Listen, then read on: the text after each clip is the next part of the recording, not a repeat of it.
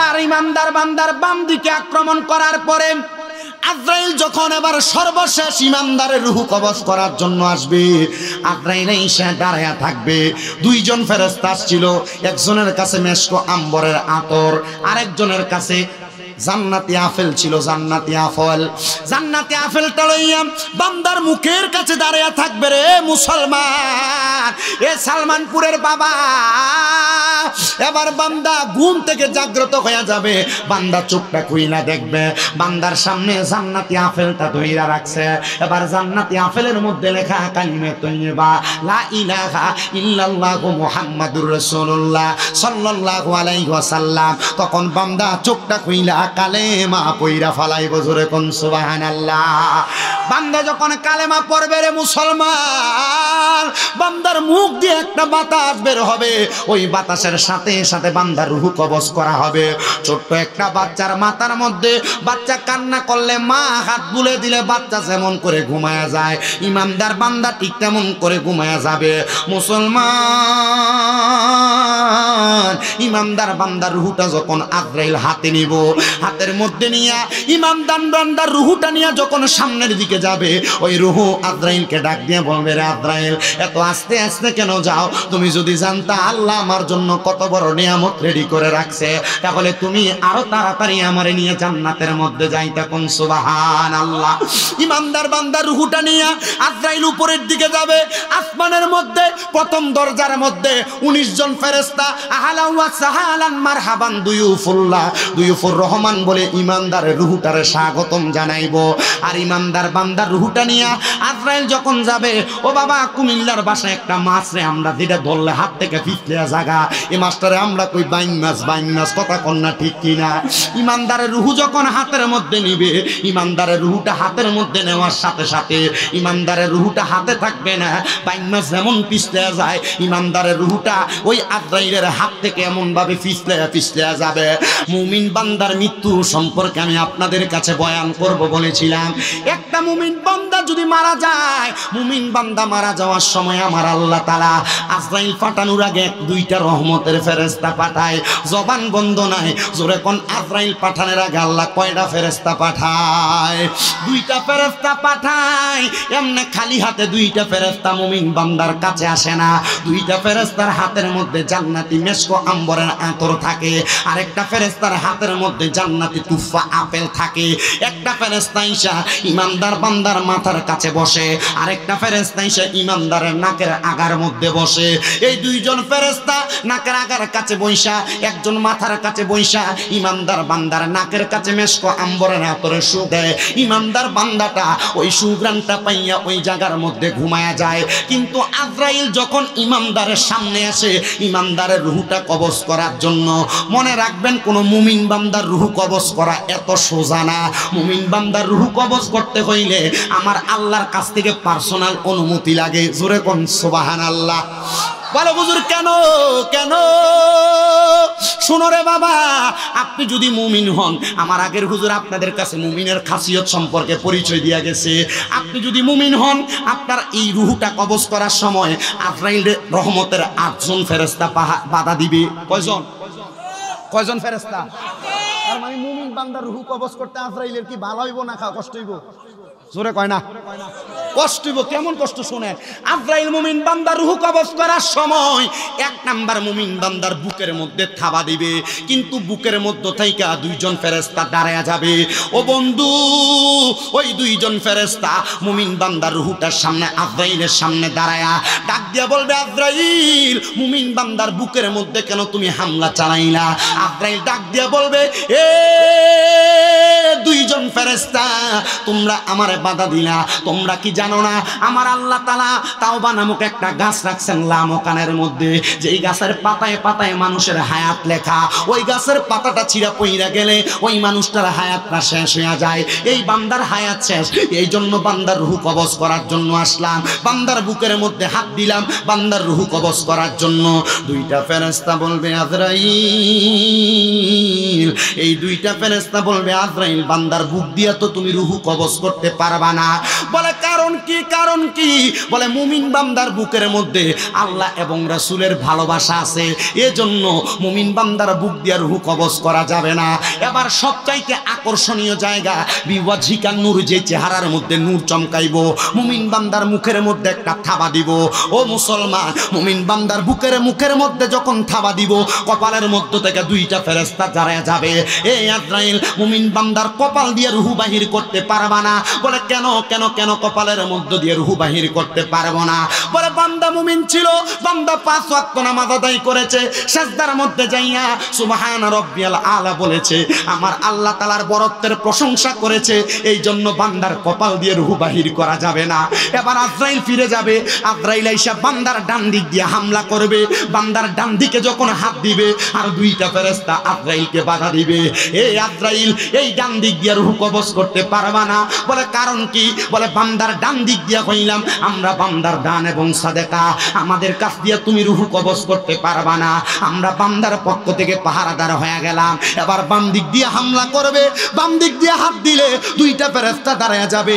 এই বান্দার বাম দিক দিয়ে রূহ কবজ করতে পারবা না। বলে কারণ কি? বলে বান্দার বাম দিক দিয়ে আমরা আছি বান্দার মা বাবার খেদমত, এই জন্য বান্দার বাম দিক দিয়ে রূহ কবজ করা যাবে না। এ আজরাইল এখন তো রূহ কবজ করতে পারবে না, আল্লাহ তাআলার কাছে ফিরে যাবে। আল্লাহ বান্দার রূহ তো কবজ করা যায় না। আমার আল্লাহ আজরাইলকে নবীর হাদিসের বাণী শোনায়া দিবে।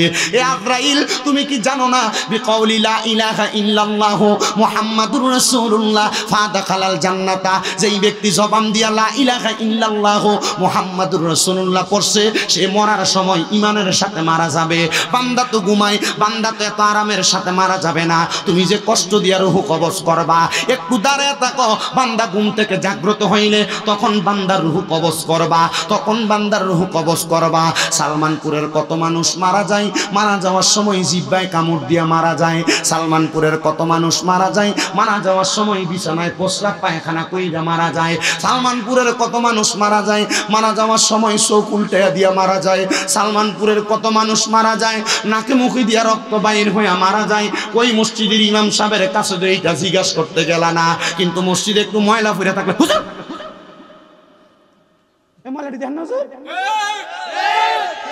কি, যদি জাহাঙ্গীর হুজুর না হইয়া শামীম রাজা তো সামার দাঁত ছলাই দিলাম ওকে আমি। তাহলে ওই যে জিহ্বায় কামড় দিয়ে মারা যায়, মরণটা তাহলে ভালো না খারাপ? এই যে না মুদিয়া রক্ত বাইর হয়ে মারা যায়, এটা কি ভালো মরণ না খারাপ? এই যে চোখ উল্টে দিয়ে মারা যায়, এটা কি ভালো মরণ না খারাপ? বিছনায় যে প্রস্রাব পায়খানা করে দিয়ে মারা যায়, এটা কি ভালো মরণ না খারাপ? এই খারাপ মরণের কথা পরে কইতেছি, আগে মুমিনের সাদরার মজাটা বুঝাই, এরপরে বেঈমানের মরণের কথা কইতেছি। অসুবিধা হইব আপনার? আর আসুন তো ইনশাল্লাহ। বিরিয়ানি কিন্তু গরুর না? ঠিক আছে ইনশাল্লাহ, আল্লাহ যেন কবুল করে, জোরে কোন আমিন। এবার ইমানদার বান্দার বাম দিকে আক্রমণ করার পরে আজরাইল যখন এবার সর্বশেষ ইমানদারের রূহ কবজ করার জন্য আসবে, আজরাইল এসে দাঁড়ায়া থাকবে।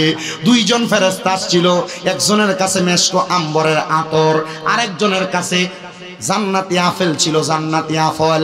জান্নাতি আপেলটা লইয়া বান্দার মুখের কাছে দাঁড়ায়া থাকবে। রে মুসলমান, এ সালমানপুরের বাবা, এবার বান্দা ঘুম থেকে জাগ্রত হয়ে যাবে। বান্দা চোখটা খুইলা দেখবে, বান্দার সামনে জান্নাতি আপেলটা ধইরা রাখছে। এবার জান্নাতি আপেলের মধ্যে লেখা কালিমে তৈয়বা লা ইলাহা ইল্লাল্লাহু মুহাম্মাদুর রাসূলুল্লাহ সাল্লাল্লাহু আলাইহি ওয়াসাল্লাম। তখন বান্দা চোখটা খুইলা কালেমা পইরা ফালাইব, জোরে কোন সুবহানাল্লাহ। বান্দা যখন কালেমা পড়বে রে মুসলমান, বান্দার মুখ দিয়ে একটা বাতাস বের হবে, ওই বাতাসের সাথে সাথে বান্দার রূহ কবজ করা হবে। ছোট্ট একটা বাচ্চার মাথার মধ্যে, বাচ্চা কান্না করলে মা হাত বুলে দিলে বাচ্চা যেমন করে ঘুমায়া যায়, ইমানদার বান্দা ঠিক তেমন করে ঘুমায়া যাবে। মুসলমান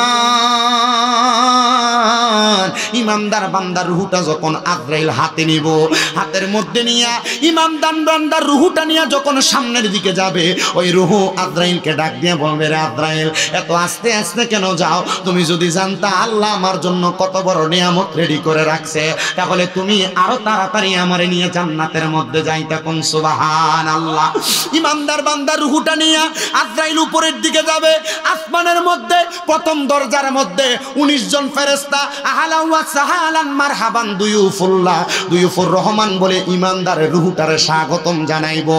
আর ইমানদার বান্দার রুহুটা নিয়ে আজরাইল যখন যাবে, ও বাবা, কুমিল্লার ভাষায় একটা মাছ রে আমরা যেটা ধরলে হাত থেকে ফিসলে জাগা, এই মাছটারে আমরা কই বাইন মাছ, বাইন মাছ, কথা কন্যা ঠিক কিনা?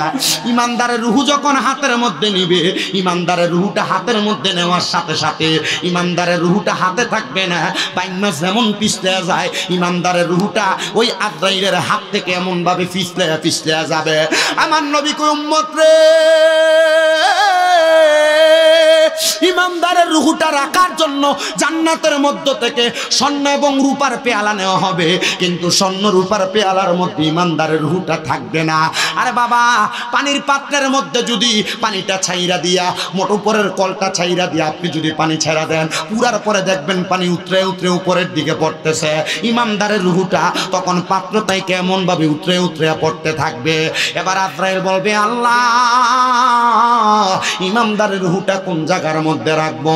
আমার আল্লাহ বলবে, আজরাইল, তুমি কি জানো না আমি আল্লাহ ঘোষণা করেছি, ওয়ালা তাকুলু লিমান ইউকতালু ফি সাবিলিল্লাহি আমওয়াত বাল আহইয়াউ ওয়ালাকিন লা তাশউরুন। যারা মুমিন বান্দা, যারা আমি আল্লাহর রাস্তার মধ্যে চলে গেছে, তারা মরা না, তারা মরা না, বাল আহইয়াউন, তারা জিন্দা, ওয়ালাকিন লা তাশউরুন। এদেরকে যারা মরা বলে এরা নির্বোধ, এরা বোকা, এরা বোঝে না। এবার বলেন, মুমিনরা কি মরা না জিন্দা? তো আপনি কেমন মুমিন হওয়া লাগবে? মুমিনের খাসিয়ত, মুমিনের চরিত্র কি, ওইটাও বলবো ইনশাআল্লাহ। আল্লাহ কবুল করেন, জোরে পড়েন আমিন। এবার মুসলমান ইমানদার বান্দা গভীর মনোযোগ দিয়ে বয়ানটা শ্রবণ করার চেষ্টা করেন। অনুরূপভাবে যখন বেঈমান বান্দার রূহ কবজ করার জন্য আজরাইল আসবে, কেউ বাধা দিবে না। আজরাইল আসার আগে এই বেঈমানের সামনে দুইটা ফেরেশতা আসবে, কিন্তু ওই দুইটা ফেরেশতার চোখের রংটি হইব নীল কালারের। ওই নীল চোখলা ফেরেশতাদেরকে দেখা বেঈমান বান্দা বিছানার মধ্যে প্রস্রাব পায়খানা করে দিবে। হায় রে, বেঈমান বান্দা বিছানার মধ্যে প্রস্রাব পায়খানা করে দিবে। এবার আজরাইল যখন বেঈমান বান্দার সামনে আসবে, আজরাইলের সঙ্গে বেঈমান বান্দা মুখ দিয়ে কথা বলার চেষ্টা করবে, মানে আজরাইল আমার আর একটু সুযোগ দাও, আমার রূহটা পরে কবজ করবা, আমি মৃত্যুর জন্য একটু প্রস্তুতি গ্রহণ করি। তখন বান্দার এই দুই চোয়ালের মাঝখানে জিহ্বাটা কামড় পরে আটকে যাবে। এবার চোখের ইশারা দিয়ে বোঝানোর চেষ্টা করবে, বেঈমান বান্দার চোখগুলা উল্টে যাবে। বেঈমান বান্দা তখন আর চোখ দিয়েও কোনো ইশারা ইঙ্গিত করতে পারবে না। এবার আজরাইল বেঈমানের রূহটা কবজ করার জন্য বেঈমানের বুকটার মধ্যে যখন হামলা চালাইবো, আক্রমণ চালাইবো, বেঈমান বান্দার বুকের মধ্য দিয়ে আক্রমণ করার সাথে সাথে বান্দার ডরে এই জায়গার মধ্যে বান্দার হাতের শাহারকগুলা, পায়ের শাহারকগুলা, গাড়ের শাহারকগুলা ঠাস ঠাস ঠাস ঠাস করে ছিঁড়ে যাবে। তখন বান্দার রক্ত চলাচল করতে পারবে না, বান্দার নাক এবং মুখ দিয়ে রক্তগুলা বের হয়ে পড়বে। একটা বার চিন্তা করো, এমন কষ্টের মরণ যদি তোমার দেওয়া হয়। সাহাবায়ে কেরাম আমার নবীরে প্রশ্ন করে, নবী, এমন কষ্টের মরণ আর কেমন কষ্ট পাওয়া যাবে আপনি বলেন না। বলে, একটা জীবিত বকরিরে জীবিত অবস্থায় লটকায়া শরীরের চামড়াটা জীবিত কুইলা ফেললে টাইনা টাইনা যত কষ্ট হয়, একটা বান্দার রূহ কবজ করার সময় বান্দার তার চাইতে আরো বেশি কষ্ট হয়। হায় রে, বান্দার রূহ যখন কবজ করবে, এই রূহটা কবজ করার পর ওই দুইজন ফেরেশতা বান্দার রূহটারে তাদের হাতের মধ্যে নিবে। কিন্তু দুঃখের বিষয়, ওই দুইজন ফেরেশতা হাতের মধ্যে একটা কাপড় নিয়া তাদের নাকের মধ্যে এমন ভাবে ঢাকনা দিয়া রাখবে। এবার ফেরেশতারা প্রথম আসমানের দরজার মধ্যে যাবে। প্রথম আসমানের দরজায় বলছিলাম 19 জন ফেরেশতা ইমানদাররে স্বাগতম জানাইছে, কিন্তু বেঈমান বান্দা বেআমল বান্দারে যখন প্রথম আসমানে নিয়ে যাবে, বেঈমান বেআমল বান্দারে ওই 19 জন ফেরেশতা মুখ থেকে থু থু নিক্ষেপ করবি। ওই দুইজন ফেরেশতা জিজ্ঞাসা করবে, কিরে কেন থুতু নিক্ষেপ করো, কারণটা কি? বলে তোমরা নাকের মধ্যে কাপড় লাগাইলা কেন?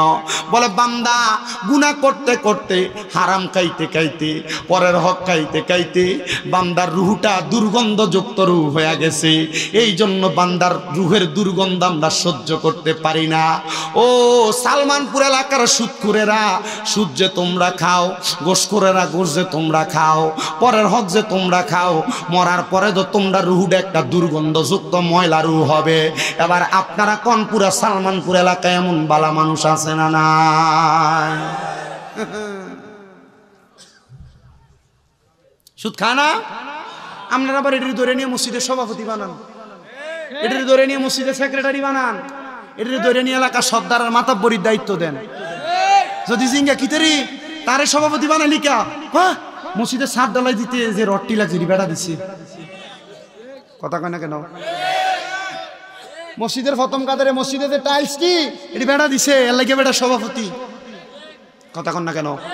আমার সাধুয়ানে বয়ে দেখবেন লম্বা লম্বা কথায় সুদখোরেরা কয়, কথা কন না কেন? আছে না নাই এমন অবস্থা?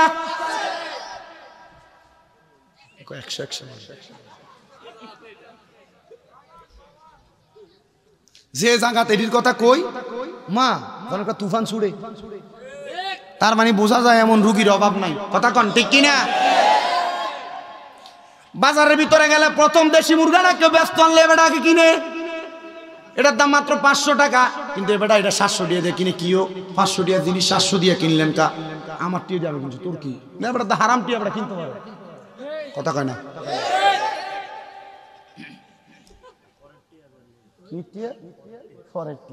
আসেনি এ সুদখোররা কয়েকটা শাস্তির কথা শোনেন। এটি কবরে যাওয়ানোর পর কইতাম, এটি কবরে যাওয়ানোর পরে আল্লাহ তাআলা এমন ফিডা ফিডবো, ডাইরেক্ট ফিডা। হুজুর এই যে কয় না হুজুর আওয়াজ করি না আমরা, সওয়াল জবাব আছে 3টা, মান রাব্বুকা ওমান দিনুকা ওমান নাবিয়ুকা, জিনা এটা ডাইরেক্ট মাইর, ডাইরেক্ট ফিডা। এবং একদিন না তো টানা সর্বনিম্ন 3000 বছর ফিটবো। তিরমিজি শরীফের হাদিস। কয় হাজার বছর? হুজুর ওই হাসরের ময়দানের একদিন আর দিনের কয়দিন জানি?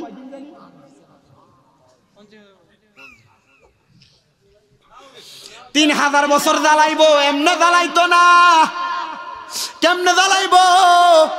বলে জাহান্নামের আগুনের রং হইলো 3টা। কয়টা? 1 নাম্বার লাল, 2 নাম্বার সাদা, 3 নাম্বার কালা। লাল রঙের আগুনের ভিতরে 1000 বছর জ্বালাই এবার সাদা বানাইবো, এটার ভিতরে 1000 বছর জ্বালাইবো, এবার এটারে কালা বানাইবো। 1000 বছর জ্বালাইয়া এবার বান্দারে দাঁড় করাইবো তাকাসসুর নামক জায়গায়। কও এবার কিতা কইতাছ না? কিন্তু এবার এটার কথা কইতো না, কারণ এদের কইবা আল্লাহ মাফ করে দাও, এদের 3000 বছর জ্বলছে। আপনি কি মনে করছেন 3000 বছর এমনি জ্বলছে? আর জাহান্নামের আগুন এটা যে উত্তপ্ত, আল্লাহ রাসূল সাল্লাল্লাহু আলাইহি ওয়াসাল্লাম বলছে 500 বছর দূর রাস্তা থেকে আমি জাহান্নামের একটু আগুনের কুণ্ডুলি দেখছি, এটার গায়ের তাপ আইসা লাগে। গায়ের কি আইসা লাগে? তাপ আইসা লাগে। তো 3000 বছর জ্বালে এই যে জ্বলছে, শরীরটা পুড়ছে, 3000 বছর পর্যন্ত জ্বলতে জ্বলতে এর শরীরের অবস্থা খুব খারাপ। তখন 3বার ব্যবহার করবো, মোহে মোহে মোহে, মানে ফানি ফানি ফানি। তখন ফানির লেগে খালি ছিলাইব।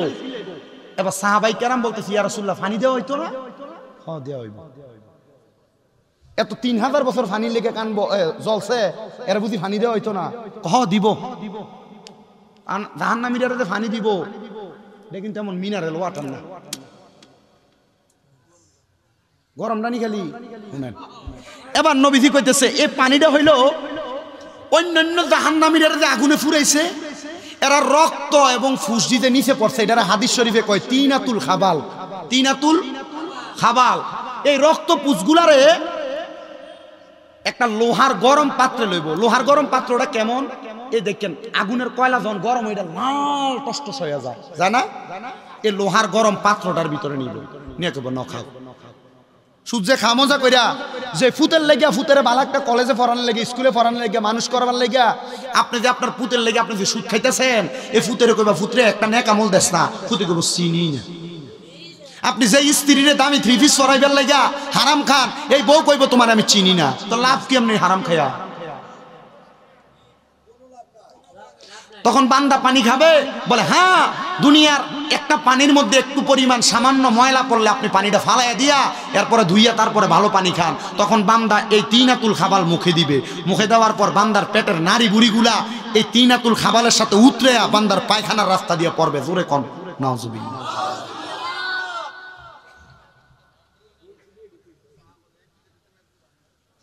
দুনিয়ার মুসলমান ইমানদারের দলেরা গভীর মনোযোগ দিয়ে বয়ানটা শ্রবণ করার চেষ্টা করেন। আমি আপনাদের উদ্দেশ্যে আর অল্প কিছুক্ষণ বয়ান করব, তারপরে বিদায় নিব। যদি আপনারা কষ্ট করে আমার সামনে বসেন, আমি বয়ানটা শেষ করব। এবার বেঈমান বান্দার রুহু যখন কবজ করা হইল, রুহুটা কবজ করার পরে বেঈমান বান্দার জন্য নাকের মধ্যে ফেরেশতারা যখন নাকের মধ্যে দুর্গন্ধলা রুহুটারে নিয়ে ধইরা রাখবে, এবার বেঈমান বান্দার রুহুটা নিয়ে আসমানের দিকে যাবে। আসমানের সামনের দরজা বন্ধ থাকবে, ডাইনে বামের দরজা বন্ধ থাকবে। বান্দার রুহু কোনো জায়গার মধ্যে রাখা যাবে না। বলে বান্দার ঠিকানা কোথায়? বান্দার ঠিকানা হইল ফি নারি জাহান্নামা খালিদিনা ফিহা। বান্দার ঠিকানা জাহান্নাম। সাহাবায়ে কেরাম বলে ইয়া রাসূলুল্লাহ কতদিন থাকবে? বলে আয়াতে কারিমার মধ্যে প্রমাণ দেওয়া হয়েছে খালিদিনা ফিহা, বান্দা চিরস্থায়ী বাসিন্দা হয়ে জাহান্নামের মধ্যে থাকবে। নবী গো তারা কারা? আমার নবী শিখিয়ে দেয় তারা হলো ওই ব্যক্তিরা উলাইকা হুম শাররুল বারিয়া, এরা হইল দুনিয়ার সবচাইতে নিকৃষ্ট ব্যক্তি, বাজে ব্যক্তি, খারাপ ব্যক্তি। আপনি চিন্তা করে দেখেন আপনি কোন কোন কাজগুলো করতেছেন, ওই কাজগুলোর কারণে আপনি জান্নাতে যাবেন কিনা। আপনার বিচার অন্য কেউ করবে কেন? আপনার বিচার তো আপনি নিজের বিবেককে নিজে প্রশ্ন করলে বিচার করতে পারেন। ও মুসলমান, এমন কষ্টের মরণ আপনি নিয়েন না, আপনি একটা ইমানি মরণ নেন, ইমানি মরণ। এবার আল্লাহর হাবিব সাল্লাল্লাহু আলাইহি সাল্লাম বলে দুনিয়ার মানুষ শুইনালো, যারা ইমানদার, যারা মুমিন, তাদের মরণ কেমন হবে? নবী গো কেমন মরণ হবে আর তাদের মরণের পরে কি নিয়ামত দেওয়া হবে?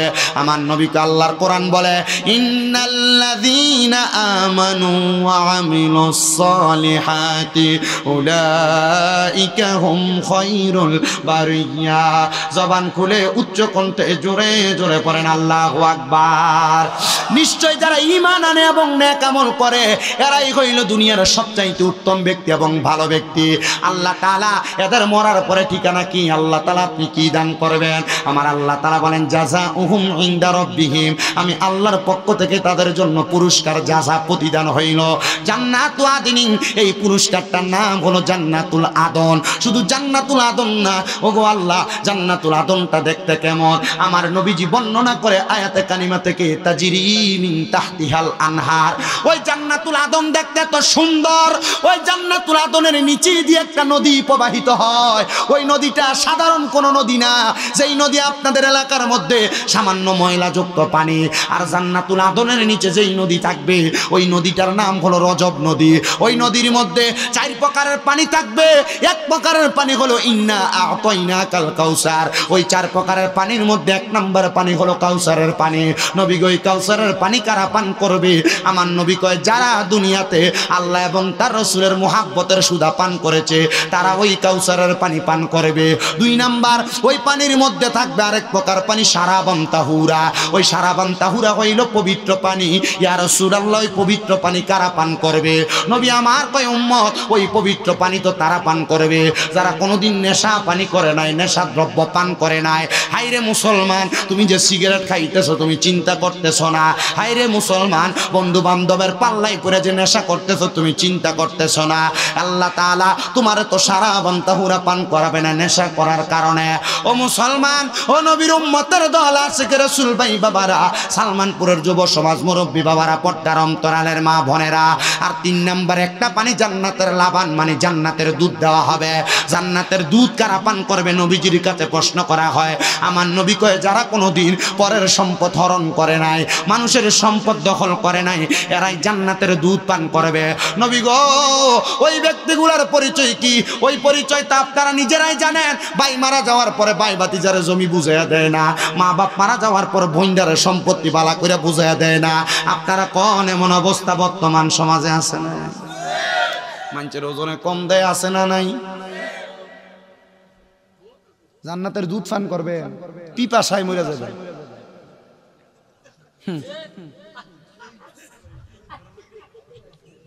কি তো হুজুর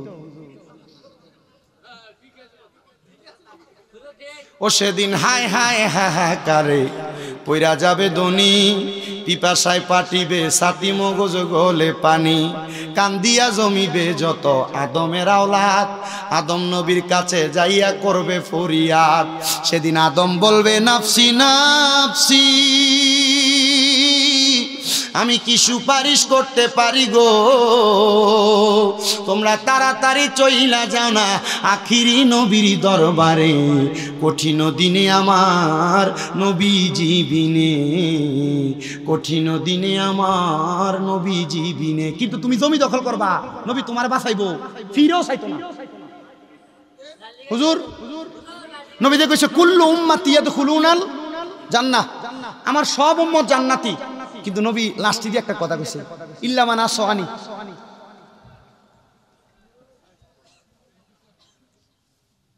লাস্টে যে একটা শব্দ ইল্লা লাগাই দিছে, এ আমার হাতে এক বোতল পানি, এ আমার পানি, সভাপতি শব্দ, আমার এই পানি, হ্যাঁ আমার এই পানি আপনি পান করতে পারবেন পারবেন না। আরেকটা কথা কইেন না, আপনি যে কথা কোন ওই হুজুরও আসে, আমার হাতে এটা কি পানি, আমি বললাম হুজুর এটা আপনার কাছে রাখেন, এটা কেউ পান করতে পারবে না আপনি ছাড়া। তার মানে এটা কে পান করতে পারবে? শুধু হুজুরে। তো নবী কইছে যে আমার সব উম্মত জান্নাতি, কয়লা মান আতওয়ানি দাখালাল জান্নাহ, যারা আমার ইতাআত করছে, আমি নবীর কথা শুইনা চলছে, এরা যাইবো ওমান আসওয়ানি ফাকাত সেচ্ছালাই বোঝে দি শুনছে না এই কথা। এটা আমরা কুমিল্লার ভাষা না সেচ্ছালান, তাহলে বুঝলে তো আলহামদুলিল্লাহ। তাহলে জমি দখল করা যাবে, বইন্ডার সম্পদ বুঝিয়ে দেওয়া লাগবনি, রাখবনি, দায়িত্ব না 2 লাখ দিয়ে দেয়, মাফ করে দিস। হ্যাঁ কিটা করে দিস, এ মাফ করে দিছে, খাইছে বেটারে। আপনি বইনেরটা বইন্ডে নির্দিষ্ট পরিমাণ বুঝিয়ে দিতে হবে, যদি না দেন তাহলে আল্লাহর কাছে আপনি এটার জন্য জবাবদিহিতা করতে হবে।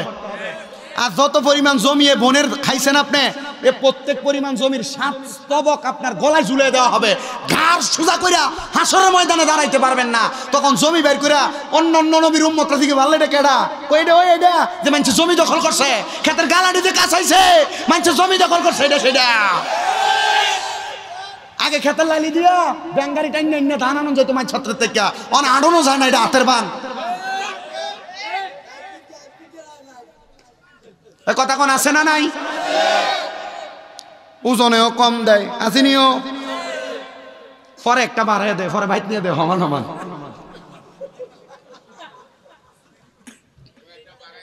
একটা গীতা করে দিছে আল্লাহ। আল্লাহ আপনারে হেফাজত করুক, জোরে কোন আমিন। বাবুরে এ ওয়াজ শুননা যাইয়া যদি আপনারা যদি এটার উপরে আমল না করেন, এ আমার এই পুরা ওয়াজ ফানিবাতের মতো। আমি কিন্তু অনেকগুলা বিষয়ে কথা বলতেছি, আপনাদের কষ্ট হইতেছে? সুদ খাওয়া হালাল মনে হয় নাকি? এটাও কিন্তু কইয়া দিছি কি শাস্তি দিব, এ শাস্তি জানার পরেও যদি খায় ফিডাটা কম না বেশি? আচ্ছা সুদ যারা খায় এরা কি জানে না এটাতে খাওয়া হারাম? কথা কন আপনারা, এটা জানেনি? জানে। আমার বাড়ি কিন্তু বেশি দূর নাই, বাখরাবাদের পরে আর কুদনপুর, আমরা এলাকার এক সুদখোরের কথা আর কি। তো এক বেটা তার থেকে 5 লাখ নিচ্ছে, তো প্রতি লাখে বছরে 30,000, বছরে 30,000। এবারে টিয়া রাখছে 5 বছর। কয় বছর? তো 30,000 করে 5 বছরে, প্রতি বছরে কত? 1.5 লাখ। 5 বছরে 12.5 লাখ না? এবার বাড়ি বেচ চালাইছে তার সুদের টিয়া দেওয়ার লেগে, বাড়ি বেচানোর লেগে, মানে বাড়ি বেচছে সুদের টিয়া দিব। তো এই সুদখোরের কাছে যা কইতাছে রে ইয়া বেড়াই তার খায় না, বাড়ি বাড়ি বেরিয়েতে সুদের ব্যবসা করে। কথা কন না কেন আপনারা? আবার এলাকার ভিতরে এখন আর এই সুদের ব্যবসা চলে না, এককালীন 20-30 লাখ টাকা ব্যাংকে রেখে দেয়। এবার দেখবেন কোনো কাজ কাম করে না, দোকানে বসে দিচ্ছি কি তো খান করতে ওই ব্যাংকে করা টিয়া রাখছি, মাসে মাসে তুললে আনি। এটা নাম দিছে না, এডি কই নাম, এফডিআর, কি আর এককালীন, ওই যেটা যেটা জমা এটা তুলে তুলে খায়। আমার আরেকটা ডিজিটাল সুদ অনকালে, এটার নাম হচ্ছে ডিপিএস। ব্যাংকলার আমার এই শুনলে আমার কয় কোটি টাকা জানি অফার করে, আমি চিন্তা করি মাঝে মাঝে। বউ আপনারা কত সুন্দর বুঝায় তুমি যে টাকা যা কামাই করো তা খাইয়া লাও, আমরা জিনিসের আবুদ্দার একটা ভবিষ্যৎ আছে না, কিছু টিয়া পয়সা রাখো না খায় এ বেড়ি এরা ফার্ম দিয়া ব্যাংকে ডিপিএস করা। ব্যাংকে কি করা? ডিপিএস করা। ডিপিএস মানে 3 বছর বা 4 বছর যদি 3 লাখ 3.5 লাখ রাখে, 5 বছর পরে এটা ডাবল হইব। এ আপনার দিল হারামের ফতে নামাইয়া।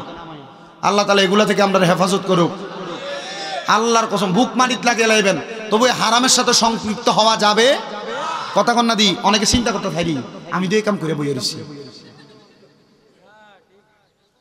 অনেকে তো এটা করবেন। আপনি নবীজি বলে গেছে, নবীজি বলছে কিয়ামতের পূর্বে আমার উম্মতের একটা লোক বাদ থাকবে না যারা হারামে সুদের সাথে সম্পৃক্ত না। এবার সাহাবায়ে কেরাম কয় নবী মুমিনরা, কয় মুমিনরা রাস্তা দিয়ে হাঁটবো, সুদখোরের গায়ের বাতাস হইলেও তার গায়ে লাগবে। আপনি বুঝতে পারছেন বিষয়? আল্লাহ বুঝার তৌফিক দান করুন, জোরে বলেন আমিন। এবার সাহাবায়ে কেরাম আমার নবীজিকে জিজ্ঞাসা করে, তাইলে রাসূল জান্নাতের দুধ তারা পান করবে যারা দুনিয়ার জমিনের মধ্যে কোনোদিন পরের হক মাইরা খায় নাই, ওজনে কম দেন, পরের হক মাইরা খান, বড় সাবধান। তাইলে বুঝলাম জান্নাতের দুধ তো তারা পান করবে যারা কোনোদিন পরের হক মাইরা খায় নাই। ইয়া রাসূলুল্লাহ, ও দয়ার নবী, মায়ার নবী, আপনার কাছে জানতে চাই 4 নাম্বার জান্নাতের মধু কারা পান করবে? আমার নবী কই উম্মত জান্নাতের মধু তো তারা পান করবে যারা কোনোদিন তাদের মুখ দিয়ে মিথ্যা কথা বলে নাই, ফায়সা কথা বলে নাই, বন্ধু বান্ধবের আড্ডায় মুখ খারাপ করে নাই, গালি দেয় নাই, তারা জান্নাতের মধু পান করবে।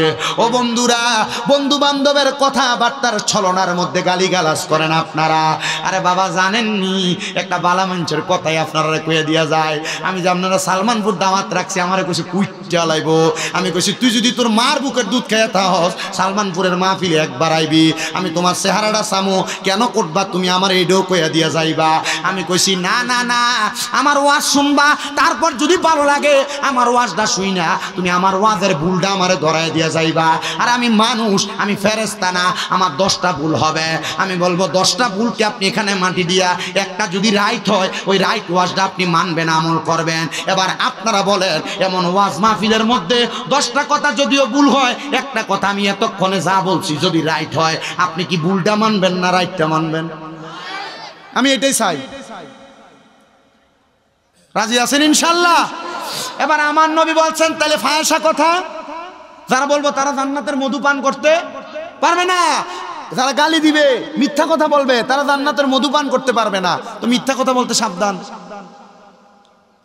এবার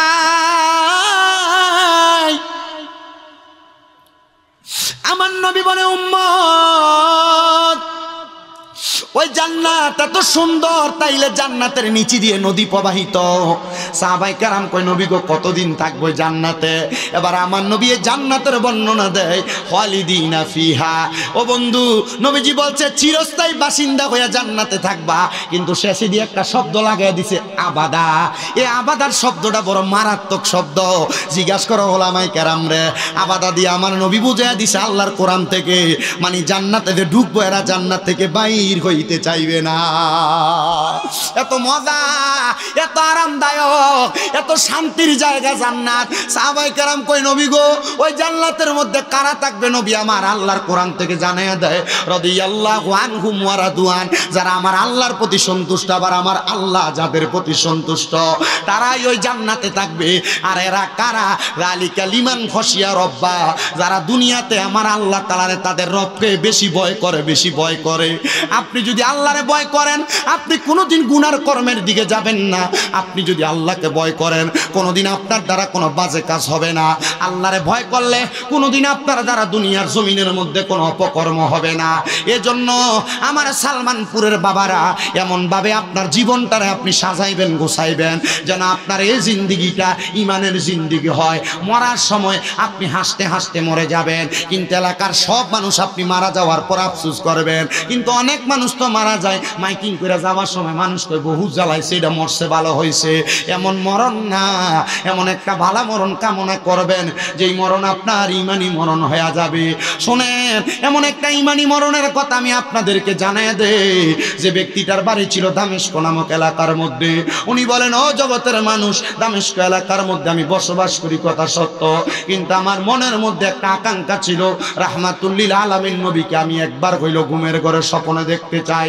কিন্তু আমার নবী কোনোদিন আমার একবারও দেখা দেয় নাই। আমি সবসময় নবীকে দেখার জন্য দুরূদ শরীফ আদায় করতাম যেন আমি নবীরে দেখি। উনি ডাক দিয়ে কই, জগতের মানুষ, নবীকে পাওয়ার জন্য আমি এমন পাগল পারা হয়ে গেছি, এমন দিশেহারা হয়ে গেছি, আমি সংসারের মায়া ত্যাগ করে দিছি। আরে আমি আমার পরিবারের মায়া ত্যাগ করে দিছি। আমার সন্তান আমি বাবার সাথে আইসা জঙ্গলার মধ্যে অথবা পাহাড়ের গুহার মধ্যে আমার রসুলে পাক সাল্লাল্লাহু আলাইহি ওয়াসাল্লামকে দেখার জন্য বারবার আমি আব্বার কাছে ফরিয়াদ জানাই, হে বাবা, নবীকে দেখার জন্য এত কান্নাকাটি করেন, আমার নবীকে তো আপনি এখনো পর্যন্ত দেখেন না। উনি বলেন, কান্না করতে করতে আমি একটানা 70 বছর আমার নবীকে দেখার জন্য আমি কান্না করেছি।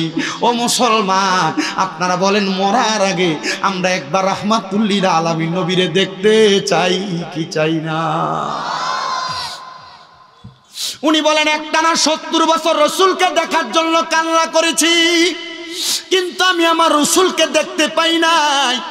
কিন্তু একদিন আমার সন্তান আইসা কয়, আব্বা এত বছর কান্দেন যেহেতু রসুলকে দেখেন না, আপনার আজকে রাত্রবেলা আর ওই রসুলকে দেখার জন্য কান্না করা লাগবে না। উনি বলেন, আমি ধৈর্যহারা হয়ে গেলাম। ধৈর্যহারা হইয়া আমার সন্তানকে নিয়ে আমি ঘরের মধ্যে ঘুমায় গেছি। কিন্তু রে, ওই দিন ঘুমানোর পরে আমি ঘুমানোর পরে স্বপ্ন দেখতাছি আমার ঘরটা নূরের আলোতে ঝলমল ঝলমল করতেছি। আরে এখন না লাইট আছে, লাইটের আলোতে ঘর আলোকিত থাকে। আগের জামানায় তো লাইটও ছিল না, কোনো আলোক সহ্য ছিল না। উনি বলে, আমি আমার ঘরটারে আলোতে ঝলমল ঝলমল করতে দেইকা আমি আবার চক্ষুটা খুইলা দেখলাম আমার ঘরের মধ্যে কে জানি একজন হাজির হয়ে গেছে। ওনার শরীরটা সাদা কাপড় দ্বারা ঢাকনা দেওয়া। আমি ওনারে জিজ্ঞাসা করলাম, কে গো আপনি, আপনার পরিচয় কি? তিনি আমারে কয়, যেই রহমতের নবীকে দেখার জন্য 70 বছর পর্যন্ত কান্লা, কিরে পাগল, আজকে দিয়ে আমি নবীরে দেখার জন্য তুমি কান্দো না? আজকে দিয়ে তুমি আমি নবীরে দেখার জন্য দুরূদ শরীফ আদায় করো না? আজকে তুমি যে আমি নবীর উপর দুরূদ পড়ো না? উনি ডাক দিয়া কয়, কি করছো? 70 বছর ডাকলাম, আপনি আমারে দেখা দিলেন না, আর আজকে না ডাইকা ঘুমায় গেলাম, আপনি আমার সামনে হাজির হয়ে গেলেন। উনি ডাক দিয়া কয়, তুমি যখন আমি রসুলের প্রতি দুরূদ শরীফ আদায় করতাম, আমি রসুল নিজ কান মুবারকে মুহাব্বতের দুরূদ শুনতে পাই। মনে রাখবেন, নবীজির উপর মুহাব্বতে দুরূদ শরীফ পড়লে নবীজি আপনার দুরূদ নিজ কান মুবারকে শুনতে পায়। নবীজির উপর মুহাব্বতে দুরূদ শরীফ পড়লে আপনি কোন জায়গা থেকে দুরূদ শরীফ পড়েন নবী ওই জায়গাটা চিনেন। নবীজির উপর মুহাব্বতে দুরূদ শরীফ পড়লে নবী আপনার পরিচয় জানে, মানে আপনার বাবার নামও জানে। কিন্তু মুহাব্বত নিয়ে হেলায় হেলায় দুরূদ পড়লে আমার নবী কয়, ফেরেশতারা আমার কাছে ওই দুরূদ পৌঁছায়। তাহলে দুরূদ পড়ার, পৌঁছানোর, কবুল হওয়ার দুই মাধ্যম। মুহাব্বতে পড়লে নবী নিজ কান মুবারকে শুনতে পায়, আর যদি অবহেলা কইরা কোনো রকম পড়ে তাহলে এই দুরূদ ফেরেশতারা নিয়ে পৌঁছায়। আপনারা বলেন, আমরা মুহাব্বতে ওই নবীর উপর বেশি বেশি দুরূদ শরীফ পড়ার দরকার আছে না নাই? আর মুহাব্বতে বলেন দরকার আছে না নাই? হে আমার সালমানপুর এলাকার বাবারা, হে আমার সালমানপুর এলাকার বন্ধুরা, একটু মনোযোগ দিয়ে বয়ানটা শ্রবণ করার চেষ্টা করেন। উনি বলেন, ইয়া রাসূলুল্লাহ, এতদিন পর্যন্ত আপনারা ডাকলাম, আপনি আমারে দেখা দিলেন না, আর আজকে আপনি আমারে দেখা দিলেন। উনি বলেন, আমার রাসূল বলেছে, কিরে তোর কি আমার জন্য মায়া লাগে না? 70 বছর তোমার বাড়ির মধ্যে থাইকা তুমি আমার উপর দুরূদ শরীফ না পইরা তুমি কি আমি রাসূলের রওজা মুবারকের সামনে আসতে পারো নাই? তুমি কি জানো না আমি রাসূলকে সালাম দিলে আমি রাসূল তার জন্য সুপারিশ করব, তার কবর হাসর বিধানে বাঁচাইবো। উনি বলেন, আমি সাথে সাথে ঘুম থেকে জাগ্রত হয়ে গেলাম। আমি বুঝতে পারলাম এটা আমার স্বপ্ন ছিল। আমি আমার কাপড় চোপড় সব নিয়ে আমি রওনা করলাম রাসূলের রওজা জিয়ারত করার লক্ষ্যে। হাঁটতে হাঁটতে রওনা করলাম, এমন টাইমে আমার সন্তান আমারে ডাক দিয়া কয়, হে বাবা, আপনি কোথায় চলে যান? রাত্র গভীর হয়ে গেছে, কোথায় চলে যান গো? উনি ডাক দিয়া কয়, আব্বা আমি যে রাসূলের দিওয়ানা, ওই রাসূল আমার রওজা মোবারকে ডাকছে, এই জন্য আমি চইলা যাই। আব্বা আপনি যেহেতু যাবেন, আপনার সঙ্গী বানায় আমারে নিয়ে যান, একা একা যায়েন না, আমি আপনার সঙ্গে যাইতে চাই। উনি বলে আমার সন্তানকে নিয়ে আমি নিজে নিজে রওনা করলাম। উনি যাইতে যাইতে যাইতে যাইতে মক্কা এবং মদিনার দামেস্ক এবং মক্কা মদিনার মধ্যবর্তী জায়গার মধ্যে যা পৌঁছাইছেন।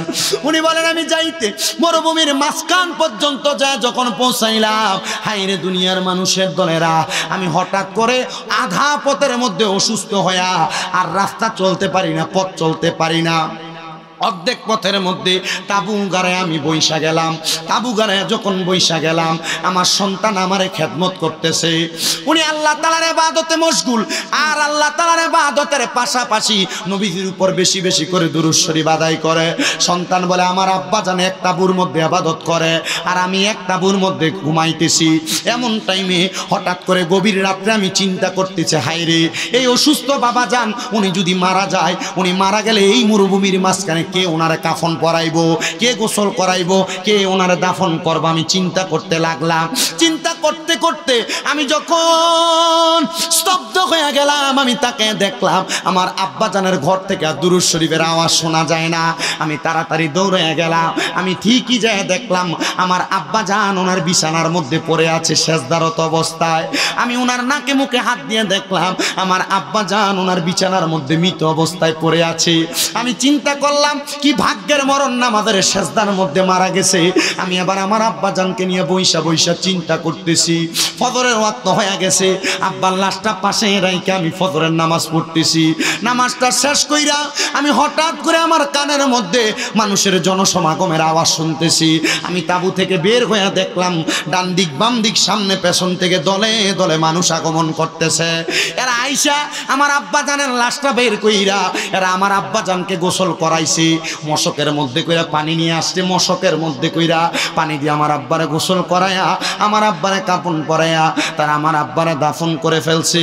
আমার আব্বারে দাফন জানাজার নামাজ পড়াইয়া আমার আব্বা জানরে যখন দাফন করে তারা চলে যায়, পেছন থেকে একজনকে ডাক দিলাম, হে এলাকার মানুষ, আপনারা কে কাহারা?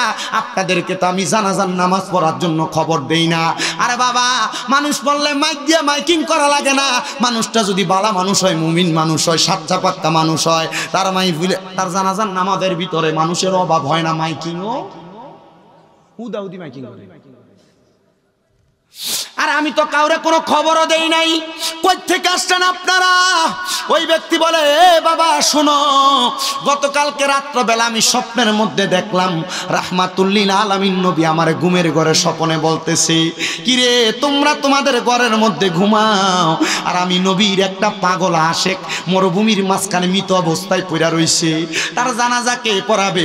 তোমরা যদি সাচ্চা পাক্কা একজন আশেকের রাসূলের জানাজার নামাজ পড়াইতে চাও, যাও যাও যাও ওই মরুভূমির মাঝখানে চলে যাও। বলে আপনি একজনে না স্বপ্ন দেখছেন? তারা এত মানুষ কই থেকে আসলো?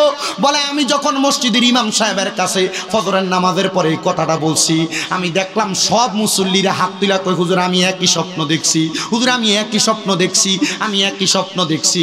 ইমাম সাহেব আমাদেরকে নিয়ে আপনার আব্বা জানের জানাজার নামাজ পড়ানোর জন্য চলে আসছে। ওই সন্তান বলে আমি আমার আব্বা জানকে জানাজার নামাজ পড়ায়া কাফন দাফন শেষ কইরা এলাকার মানুষরে বললাম আমি এখন আর কোথায় যাব, আমার যাওয়ার মতো কোনো জায়গা নাই, আপনারা আপনাদের সাথেই বানায় আমারে নিয়ে যান না। এবার নিয়ে গেছেন, আর ওই এলাকার মানুষ রাত্রবেলা ইবাদত করে আর কয় আল্লাহ এমন একজন মানুষের জানাজা আমরা পড়তে পারছি, আমরা ভাগ্যবান, এই মানুষটার কারণে আমরা রহমতের নবীকে স্বপ্ন দেখছি, আমরা ভাগ্যবান। ওই ছেলেটা ডাক দিয়া কয়, আপনারা তো নিজেদেরকে ভাগ্যবান মনে করেন, কিন্তু আমার আব্বাজান যে মারা গেছে, মারা যাওয়ার পর কবরে কেমন আছে আমি বাপ সন্তান তো জানি না। আমার জানতে বড় ইচ্ছা হয়, হায়রে আজকে সালমানপুরের কত সন্তানেরা মাহফিলে বসে গেছে, আপনাদের মা কবরে, আপনাদের বাবা কবরে কেমন আছে একবারও তো খবর লইলেন না। আব্বা আম্মারে কবর দেশের মধ্যে শোয়া দিয়া আজকের মাহফিলে আসছেন, কিন্তু মা বাপ কবরে কেমন আছে আপনি জানেন না। ওরে 3.5 হাত গর্তে ফেলে কেমন করে আইলা চলে, তোমার বাড়ি যাইতে দেরি হইলে যেই মা ঘুমাইতো না, ওই কবর দেশে মায়ের পাশে একটু রইলি না। কেমন আছেন বাবা মনি, কেমন আছেন মা জননী, একবারও তো দেখায় আসলি না। ওই মা বাবারে কষ্ট দিয়া দুনিয়াতে দিন কাটাইয়া কোনো দিনও শান্তি পাবি না। আরে কবর দেশের খবর লইলি না। এ সন্তান, আপনার বুঝি বাবা জান অন্ধকার কবরে, আপনার বুঝি মা অন্ধকার কবরে। ওই ছেলে বলে আমি আল্লাহর কাছে কাঁদতেছি, আল্লাহ আমার আব্বা যে কবরে, আপনি আমার আব্বা জানলে কবরে কেমন আছে একটা বারো তো খবর দিলেন না। ওই সন্তান গভীর রজনীতে তাহাজ্জুদের নামাজ পইরা পইরা আমার আল্লাহ তাআলার কাছে কাঁদতেছে। মনে রাখবারে সন্তানের দনেরা, দুনিয়ার জমিনের মধ্যে তাহাজ্জুদ নামাজটা বড় একটা নেয়ামত। এই তাহাজ্জুদ নামাজ পইরা আমার আল্লাহর কাছে কোনো কিছু চাইলে আমার আল্লাহ বান্দারে ফিরায় না। এবার ওই বান্দা বলে আমি সলাতুত তাহাজ্জুদের নামাজ পইরা আমার আব্বা জানের জন্য বারবার কাঁদতেছি। হঠাৎ করে আমি দেখলাম একটা সুন্দর চেহারাওয়ালা ব্যক্তি সুন্দর একটা ফুলের বাগিচার মধ্যে হাঁটা চলা করতেছি। আমি জিজ্ঞাসা করলাম কে আপনি? উনি ওনার ডান দিক থেকে ঘাটটা ফিরে কয় আমি তোমার আব্বা জান, তুমি কি আমি বাবা জানকে চিনলা না? বলে চিনছি গো বাবা। হে আব্বা জান, আপনি কবরের মধ্যে কেমন অবস্থায় কোন হালতে আছেন? বলে রহমতের নবীর উপরে প্রাণ ভরে দুরুদ সালাম আদায় করেছি, আমার আল্লাহ তাআলা আমারে ফিরায় নাই, ফিরায় নাই, আমার আল্লাহ তাআলা রহমতের চাদর দিয়ে আমারে রাখছে। কিন্তু বাংলাদেশের অনেক সন্তানদের অবস্থা, যারা দুনিয়ার জমিনে ভাইয়ে ভাইয়ে ঝগড়া করে মা বাপরে বাদ দেয় না, বউয়ের কথা শুই না মা বাপরে আলাদা করে দেয়। বউ বলছে তোমরা 2-3 ভাই, তুমি কি লেগে একা একা বাপ মারে ভাত খাওয়াইতা, আর 2-3 ভাই কি বাপ মারে ভাত খাওয়াইতে পারে না?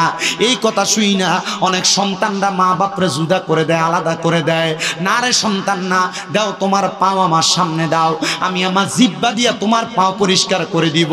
তবুও যদি এমন মা বাপরে জুদা করে থাকো, আলাদা করে থাকো, ওয়াদা করো এখান থেকে বাড়িতে যে মা বাবার পা ধরে মাপ চাইবা। কত মা বাবা বিছানার মধ্যে রাত্রবেলা মাথা লাগায়া লাগায়া বালিশে কান্দে, কারণ তারার ফুত তারার দমক দিয়া কথা কয়, কারণ তারার ফুতের কাছে তারা শরমে কোনো খানা খুঁজতে পারে না। কেমনে রে আলাদা করলা? বুইলা গেছ তোমার মা ঘরে যদি 3 টুকরা মাছ রান্না করতো, মা মারটা খাইতো না, দুপুরে তুমি তোমারটা খাইতে, বাবা বাবারটা খাইতো, কিন্তু মা মায়ের মাছের টুকরাটা আলাদা করে রাখতো। রাত্রবেলা আমার সন্তান আদর করে আর মজা করে ভাতটা খাইবো। আজকে ওই মা কবরে, কিন্তু অনেক সন্তান কপাল মন্দ, ওই মা বাপরে আলাদা করে দিছে, জুদা করে দিছে। ওয়াদা করো, ওয়াদা করো এখান থেকে বাড়িতে যাইয়া মা বাবার পা ধরে ধরে মাপ চাইবা। আরে আজকের মাহফিল কবুল হবে কি হবে না এটার গ্যারান্টি কেউ দিতে পারবে না, তবে আমি একটা গ্যারান্টি দিয়া যাই, আগামীকালকে যখন দেখবা এই এলাকার মুরব্বীরা দোকানে বৈশা বৈশা বলতেছে হ্যাঁ আমার ফুতে কোনোদিন অন্যায় করে নাই আমার সাথে, তবুও ওয়াশুই না যাই আমি আব্বা জানের পাশ হইয়া মাপ চাইছে। হ্যাঁ আমার সন্তান কোনোদিন আমার সাথে কোনো অন্যায় করে নাই, তবু আমার সন্তান আমার পায়ে ধরে মাপ চাইছে। আরে মা বাবার পায়ে ধরলে দাম কমে না, ইজ্জত কমে না। মাঝে মাঝে সুযোগ পেলে আম্মা আব্বার কদমের মধ্যে চুমা দিবা, চুমা। কেন জানো? আমি গুনাহগার মানুষ, আমার এলেমের জোরে আমি কথা বলি না, মাত্র কুমিল্লা আলিয়ার মধ্যে কামেল প্রথম বর্ষে পড়ালেখা, কিন্তু আমার আল্লাহ তাআলা আজকে 8 বছর পর্যন্ত আমারে দিয়ে ওয়াজ মাহফিল করাই। ক্লাস 6-7-এ শুনছি আম্মা আব্বার কদমের কাছে সন্তান ছোট হইলে সারা জগতের কাছে আল্লাহ তাআলা ওই সন্তানদের দামি বানায়া দেয়। এরপর থেকে আমার আল্লাহ তাআলা আমার সম্মান বাড়াইছে, যেই সম্মানের আমি যোগ্য না। এ সন্তানের দল, এ নবীর উম্মতের দলেরা, মা বাপ বৃদ্ধ হইলে হইলে জিহ্বার স্বাদ নষ্ট হয়ে যায়, কখন কি খাইবো মা বাপ বলতে পারে না সন্তানরে মুখ ফুইটা। আপনি ওই মা বাপরে জুদা করে দিছেন, আর আপনার মার যেই দিন আপনার ঘরে খানা হয় আপনার বউ বালা কোনো রান্দা রান্ধে না। আল্লাহর দোহাই লাগে, কেউ যদি এমন মা বাপরে আলাদা করে থাকো, এখান থেকে বাড়িতে যে মা বাবার পাউডি ধরে কইবা মা ও আব্বা আর জুদা খাওয়া লাগতো না, আমার ঘরে আপনি ভাত খাইবেন।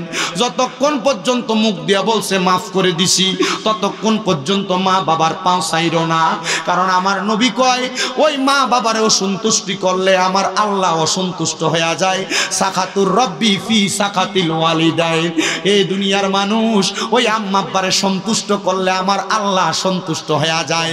রেদার রব্বি ফি রিদাল ওয়ালিদাইন, আম্মা আব্বার সন্তুষ্টিতে আমার আল্লাহ সন্তুষ্টি হয়ে যায়। জানি না আপনারা মা বাবার কাছে মাপ চাইবেন কিনা, তবে অনেকে চিন্তা করে হুজুর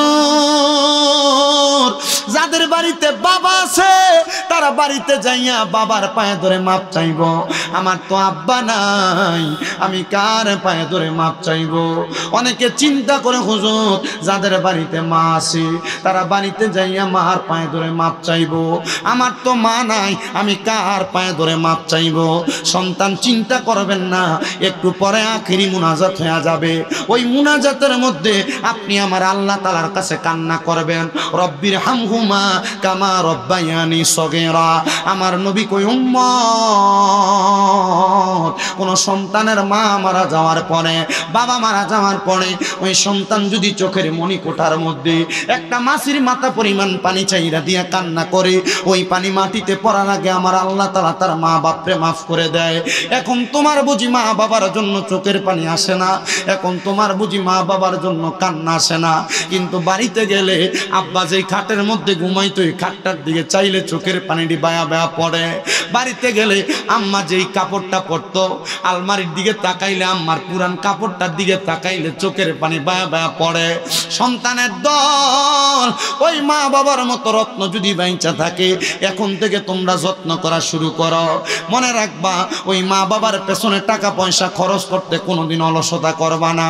আমার নবীজি শিখিয়ে দেয় উম্মত ওই আম্মা আব্বার পেছনে যদি কেউ মাত্র 1 দিরহাম খরচ করে, আমার আল্লাহ তাআলা ময়দানে মাশরে এইটাকে লক্ষ কোটি গুণ বাড়ায়া বরকত হিসেবে সন্তানের কাছে উপস্থাপন করে দিবে।